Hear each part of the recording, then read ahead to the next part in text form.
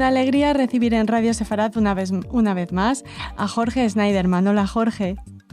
¿Qué tal? ¿Qué tal? ¿Cómo estás, Raquel? Un gusto realmente estar en contacto con ustedes. Para nosotros también. Ya saben muchos de nuestros oyentes que Jorge Schneiderman es psicólogo, columnista y ensayista y, por supuesto, colaborador de nuestro medio hermano Identidad. Nos vas a hablar hoy de un tema interesantísimo. Jorge, lo titulas UNESCO, la Biblia y el calefón en el cambalache global. Los aficionados al tango estarán sonriéndose, ¿no?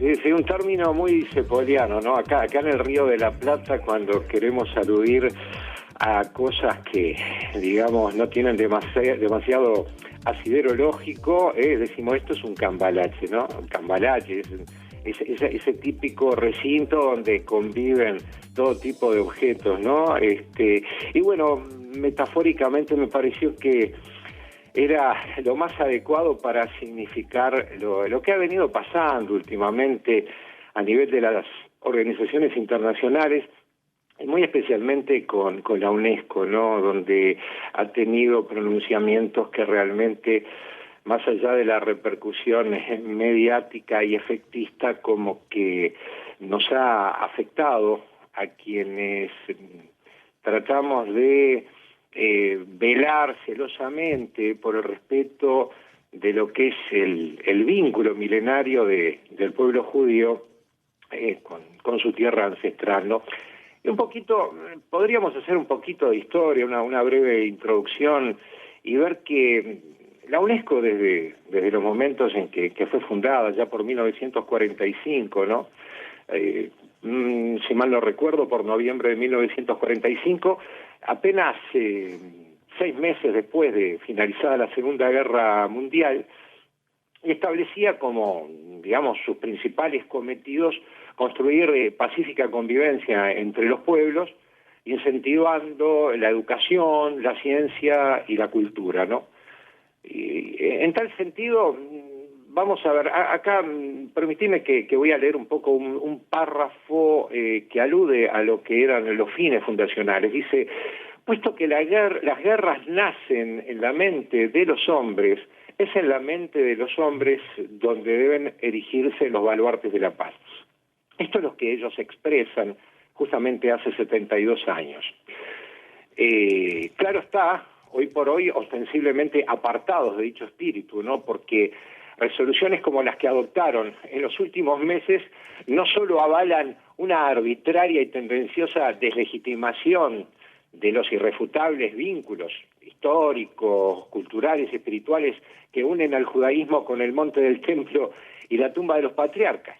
O sea, también evidencian la futilidad y deriva ética de una organización cada vez, podríamos decir, más apartada de las matrices deontológicas que consagraron en su Carta Constitucional.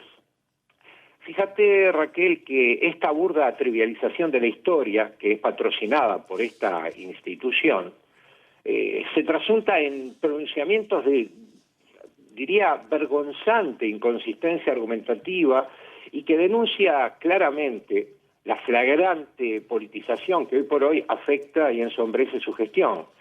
Hecho que no solo, vale recalcar, afecta a la UNESCO en cuanto a organismos internacionales, ¿no? O sea, si de organismos internacionales se trata.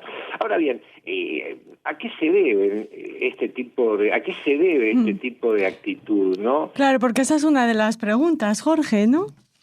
Exactamente. ¿A qué? Debido a qué, ¿no? Entonces, antes que nada, nos planteamos ¿qué clase de garantías ofrecen, por ejemplo, comisiones constituidas por países mayoritariamente identificados o alineados con los intereses de una de las partes, ¿no? ¿Dónde se asientan, podríamos preguntarnos también, los elementales principios de ecuanimidad, transparencia y objetividad que garantizan un arbitraje justo?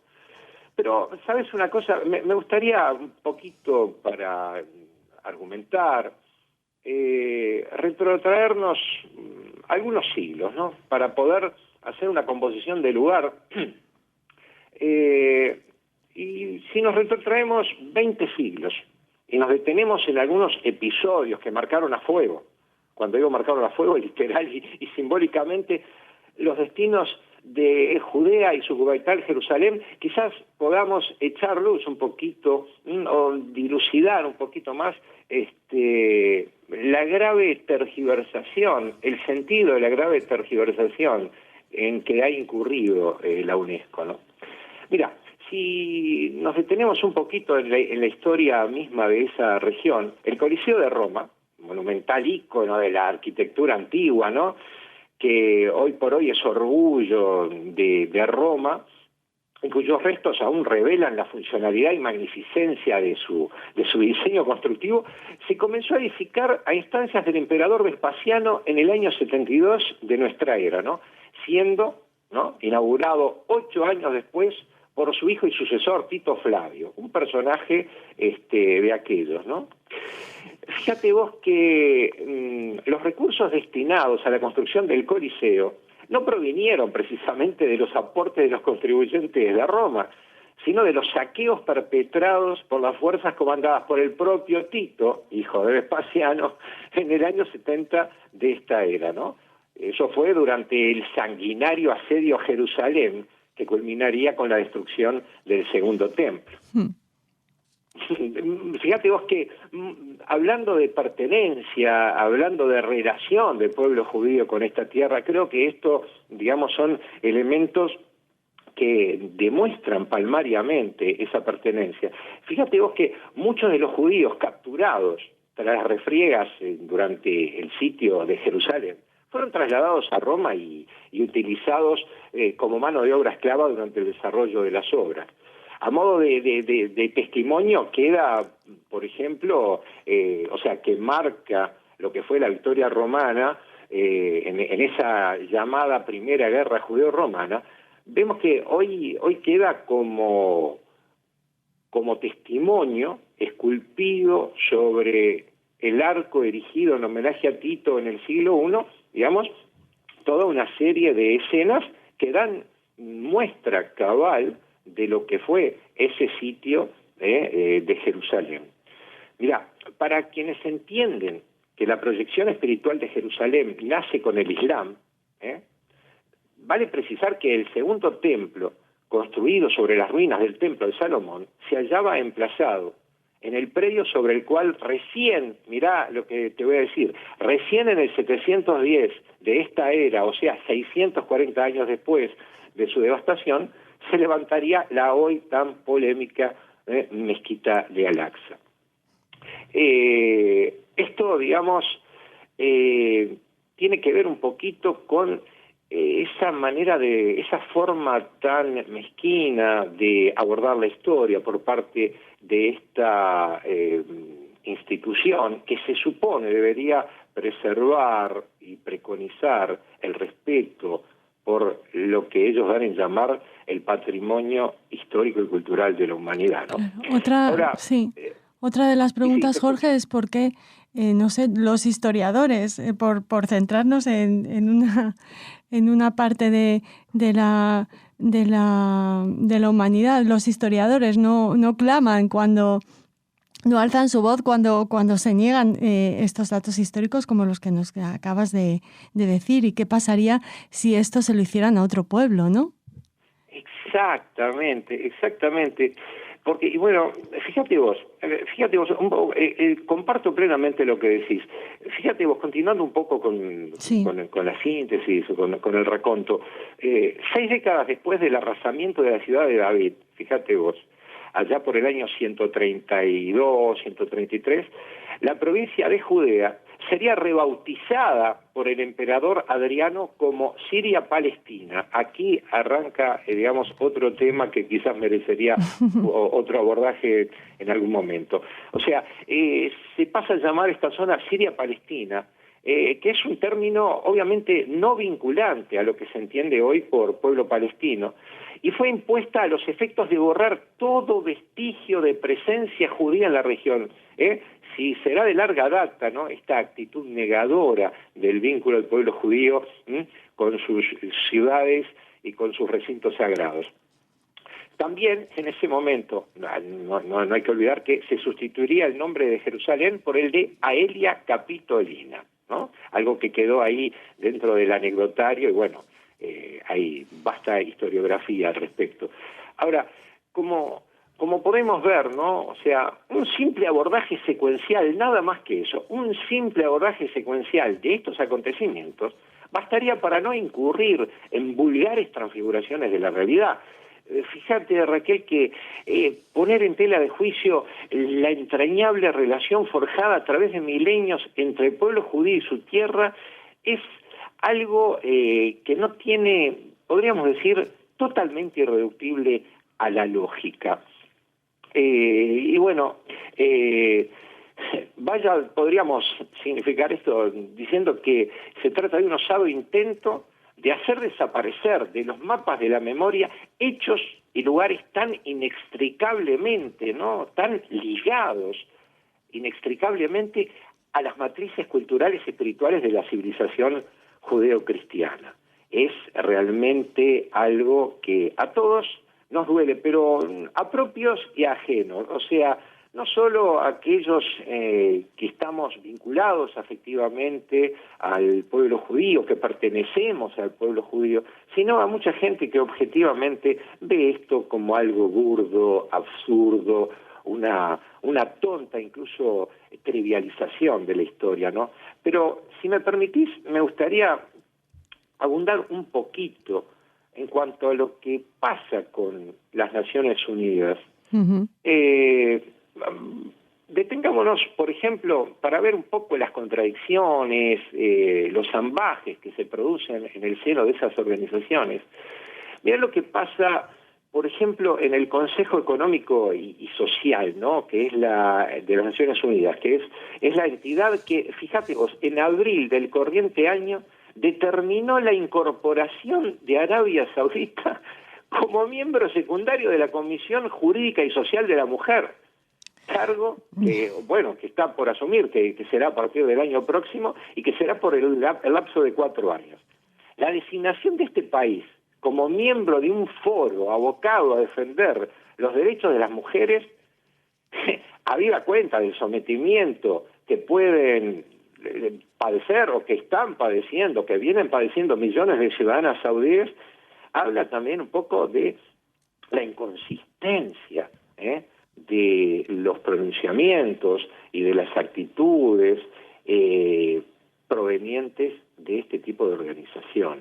Resulta también, y quiero aplicar el término, irreductible a toda lógica, ¿no? Y bueno, y a buenos entendedores, pocas palabras. Lo mismo podríamos decir de la FAO, la Organización para la Alimentación y la Agricultura, ¿no?, que siempre se preocupa, pero jamás se ocupa de la pobreza mundial. Fíjate que en tanto se siguen sucediendo año tras año convenciones en torno al tema del hambre y la desnutrición, mientras tanto, mientras una parte del mundo, la mitad del mundo, se debate entre el hambre y la desnutrición, la otra mitad lo hace entre el sobrepeso y la obesidad. ¿Y dónde están estas instituciones? Es la pregunta, ¿no? Y bueno, y concomitantemente las economías sumergidas viven sufriendo, ¿no? Sufren cada vez más las consecuencias de implacables políticas aislacionistas, proteccionistas, implementadas por los principales bloques y naciones del mundo desarrollado. Bueno, y ya que estamos, ¿no?, detengámonos un poquito también en lo que pasa con la PNUMA, ¿no?, todo el tema del medio ambiente, ¿no? Mientras las potencias centrales continúan transgrediendo, pero impunemente, los protocolos de prevención del calentamiento planetario, solo atina a emitir tibios y estériles apercibimientos, que podríamos decir que son por la galería, ¿no? La indiscriminada tala de árboles, la contaminación de las napas freáticas, el uso abusivo de agrotóxicos, la minería a cielo abierto, qué sé yo, el enterramiento de desechos radioactivos y el vertido de chatarra tecnológica en los océanos, ya no son prácticas aisladas consumadas en las sombras por furtivos expoliadores de riquezas naturales.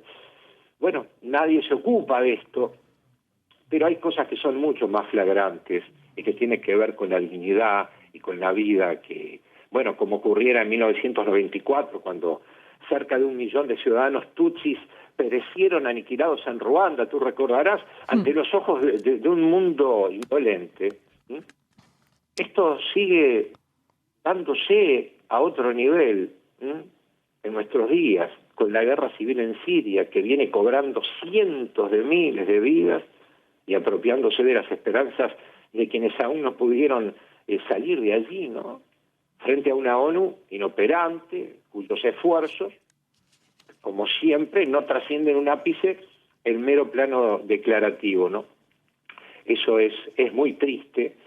Y bueno, y podríamos extendernos, Nadie suele reparar en el olvidado pueblo kurdo, diseminado por distintas zonas de Irak, Irán, Siria, Turquía.